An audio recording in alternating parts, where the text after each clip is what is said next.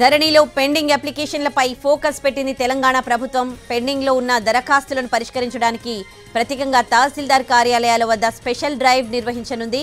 మార్చి 1 నుంచి 9 వరకు special drive కొనసాగుతుందని తెలిపింది ప్రభుత్వం.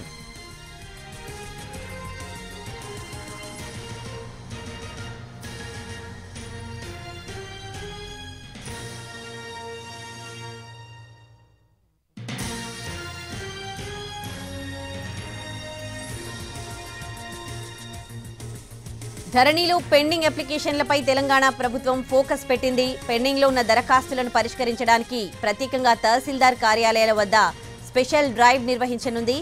మార్చి 1 నుండి 9 వరకు స్పెషల్ డ్రైవ్ కొనసాగుతుందని తెలిపింది ప్రభుత్వం.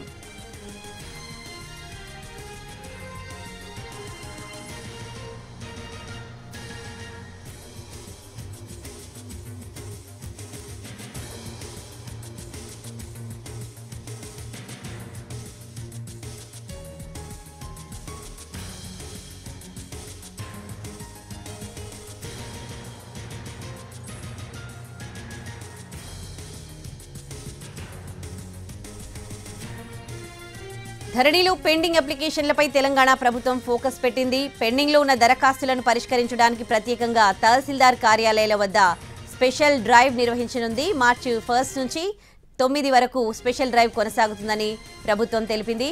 ఇక ఇదే అంశానికి సంబంధించి పూర్తి డీటెయిల్స్ మా ప్రతినిధి సుధీర్ అందిస్తారు. సుధీర్, ఏంటి స్పెషల్ డ్రైవ్? ధరణి సమస్యల పరిష్కారం కోసం తెలంగాణ ప్రభుత్వం అడుగు ముందుకేసిందని కూడా చెప్పవచ్చు. ఇటీవల కాలంలో ధరణి కమిటీని ఒకటి ఫామ్ చేయడం జరిగింది. దాదాపు 5 మంది సభ్యులతోటి ఒక కమిటీని కూడా ఫామ్ చేసింది.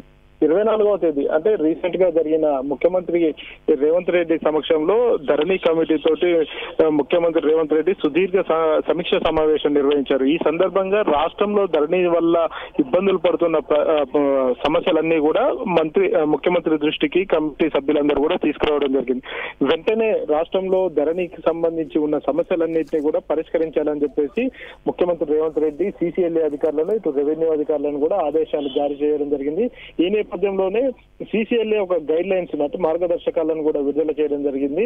ప్రస్తుతం మార్చి 1వ తేదీ నుంచి 9వ తేదీ వరకు ప్రతి తహసీల్దార్ కార్యాలయంలో స్పెషల్ డ్రైవ్ నిర్వహించాలి అని చెప్పేసి చెప్పడం జరిగింది. ఈ సందర్భంగా 1వ తేదీ నుంచి 9వ తేదీ వరకు ఆయా మండల కార్యాలయాల దగ్గర ధరణికి సంబంధించి ఎవరెవరైతే అప్లికేషన్స్ పెట్టుకున్నారో వారి సమస్యల పరిష్కారం కోసం పూర్తి స్థాయిలో ఎంక్వైరీ చేయాలని చెప్పేసి కూడా ఆదేశాలు జారీ చేసింది. ఈ నేపథ్యంలోనే జిల్లా కలెక్టర్లు, అదేవిధంగా ఆర్డీఓలు, తహసీల్దార్లకు కూడా సిసిఎల్ఏ కార్యాలయం నుంచి ఈ మార్గదర్శకాలు విడుదల చేస్తూ వారికి ఆదేశాలు జారీ చేసిన పరిస్థితి కనిపిస్తుంది. రాష్ట్రంలో దాదాపు లక్షలాదిగా ధరణి సమస్యలకు సంబంధించి ఇప్పటికీ అప్లికేషన్లు కూడా పెండింగ్ లోనే ఉన్నాయి.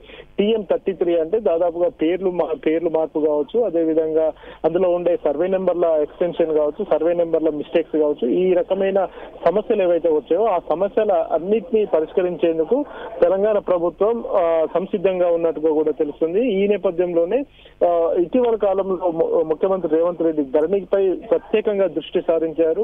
ధరణి వెబ్సైట్ ని పూర్తిగా మార్చేయాలని చెప్పేసి కూడా ఆయన భావించడం జరుగుతుంది. గత ప్రభుత్వం తీసుకొచ్చిన ధరణి వల్ల సామాన్య ప్రజలకు, రైతులకు పెద్ద ఎత్తున దీనివల్ల నష్టం వస్తుందని చెప్పేసి కూడా తెలంగాణ ప్రభుత్వం భావించింది. అందులో భాగంగానే ధరణి కమిటీని ఒకటి ఫామ్ చేసి ఆ కమిటీ ఇప్పటి వరకు దాదాపుగా 5 నుంచి 7 సార్లు కూడా ప్రత్యేకంగా సమావేశాలు నిర్వహించడం జరిగింది. మొదటగా రెవెన్యూ అధికారులతో సమావేశం ఏర్పాటు చేశారు, ఆ తర్వాత జిల్లా కలెక్టర్లతో సమావేశం ఏర్పాటు చేశారు, ఆ తర్వాత ఈ ధరణి కమిటీ క్షేత్రస్థాయిలో కూడా వెళ్లి పరిశీలన చేయడం జరిగింది. దీంతో అసలు రాష్ట్రంలో ఎక్కడెక్కడ సమస్యలు ఉన్నాయి, ఎలాంటి సమస్యలు ఉత్పన్నమవుతున్నాయి అనే విషయానికి సంబంధించి ధరణి కమిటీ ఫోకస్ చేసింది. వారు మధ్యంతర నివేదికను కూడా ముఖ్యమంత్రి రేవంత్ రెడ్డికి అందజేయడం జరిగింది. అందులో ఉన్న సమస్యలన్నింటినీ కూడా ఎలాంటి సమస్యలు ఉన్నాయనే విషయానికి సంబంధించి సుమారుగా ఒక 30 రకాల సమస్యలను ముఖ్యమంత్రి రేవంత్ రెడ్డి దృష్టికి తీసుకురావడం జరిగింది. ముఖ్యమంత్రి దృష్టికి వచ్చిన వెంటనే కూడా ఆయన ఈ సమస్యలన్నింటినీ కూడా పరిష్కరించాలని చెప్పేసి సంబంధిత రెవెన్యూ అధికారులు, ఇటు సిసిఎల్ఏ అధికారులను ఆదేశించడం జరిగింది. ఈ నేపథ్యంలోనే ఈ సమస్యల పరిష్కారం అంతా కూడా రాబోయే కొద్ది రోజుల్లోనే పూర్తి స్థాయిలో పరిష్కరించాలని చెప్పేసి కూడా భావిస్తున్నారు. అతి త్వరలోనే ధరణి పేరు కూడా మార్చి భూమాత వెబ్సైట్ ను కూడా అందుబాటులోకి తీసుకురావాలని చెప్పేసి భావిస్తున్నారు. Right, thanks for the update Sudheer.